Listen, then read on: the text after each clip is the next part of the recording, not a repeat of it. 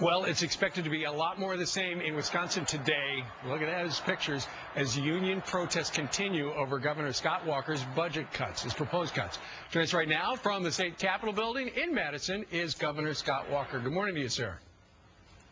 Good morning, Steve. Good to be with you. Well, you've only been on the job 6 weeks. How's it going so far? Well, overall, we had a great first month. We showed that Wisconsin was open for business, improved our business climate.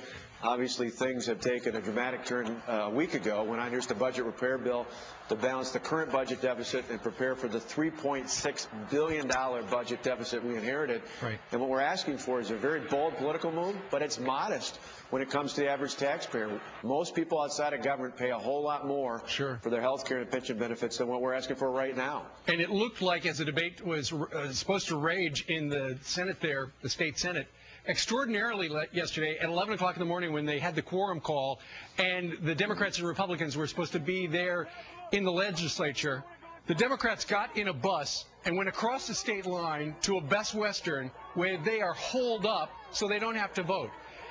Did you have any idea something this cockamamie was going to happen? Not at all. I mean, we've got 300,000 plus state and local government employees, and I should add, nearly all of them showed up for work this week, the way they were paid to do, just like I'm at work and everybody else is at work. Unfortunately, we've got 14 state Senate Democrats who decided they don't need to show up for work and do their job. Right. They have every right to debate the bill, they have every right to oppose the bill, but they need to show up and do the job they were paid to do. Is there any possibility that you would order the police to go get them and have them come in and do their job and vote? In our standpoint, in the past, historically, 9 years ago, served in the legislature, you can call the Capitol Police to call people back from their homes or call them back from their offices. We can't cross state lines. From our standpoint, we're hoping to make a rational appeal to them that whether they agree with the bill or not, have the guts to show up and do your job. Don't hide out in another state. Come here and do your job, make your case, make your argument.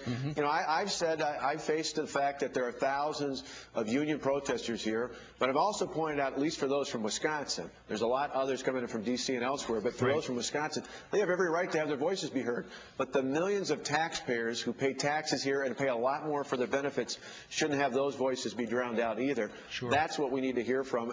And those state senators need to come back and do their job and listen to all sides to this. Sure. The President of the United States, as he famously weighed in on the immigration debate in Arizona, is now weighing in on what's happening in Wisconsin. And, Governor, listen to this. He's not on your side. What I've heard coming out of Wisconsin, where you're just making it harder for public employees to collectively bargain generally, seems like more of an assault on unions. I think everybody's got to make some adjustments. But I think it's also important to recognize that public employees make enormous contributions to the well-being of our states and our cities. What do you think, Governor, about the President of the United States getting tangled up in your issue? Well, I think we're focused on balancing our budget. It would be wise for the President and others in Washington to focus on balancing their budget, which they're a long ways from doing. In our case, $3.6 billion, what we're asking for is a 5.8% contribution for pension, still below what most people are paying, and 12.6% for health care premiums, which is half the national average. Again, what we're asking for, we're not degrading public employees. I've said repeatedly, good, decent people work for the government, but they shouldn't be excluded from what everybody else in society is going through. And in these tough economic times, we've all got to be in it together. Governor, after what happened in Tucson happened, the President of the United States called for the rhetoric level to come down and, you know, let's just all get along. And extraordinarily, there in Wisconsin, as this debate rages, I understand that a number of people from the left have been harassing people in the Republican Party. Yeah, there's no doubt about it. Go ahead. No, I said there's no doubt about it. We've had protesters at a number of lawmakers' homes, not just in their offices. Again, you have every right to come to the Capitol and have their voices be heard.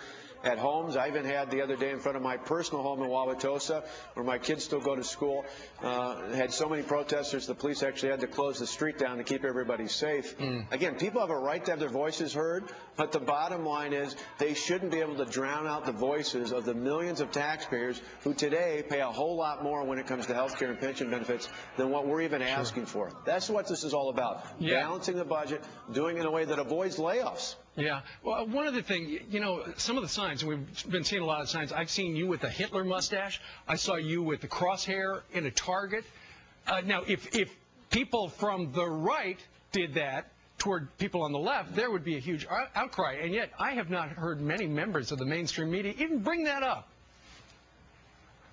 No, it's been pretty quiet in that regard. And again, we're not going to be intimidated by people with the kind of outrageous rhetoric that's out there. We're not going to be intimidated by people coming in from outside of Wisconsin trying to tell us what we need to do to balance our budget.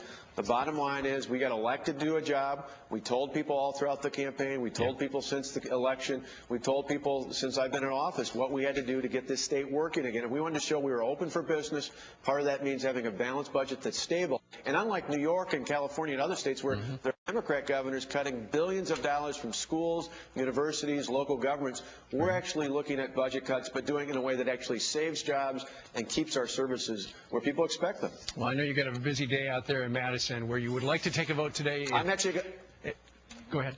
Yeah, I'm actually going to show up and do my job, unlike those state senators. I'm in the Capitol doing my job. I'm daring them to come back and do what they're supposed to do, what they were elected to do, and what I hope they will do by the end of the day. All right. Well, stand by. Governor Scott Walker joined us today from Madison. Thank you very much. Good luck to you, sir. All right.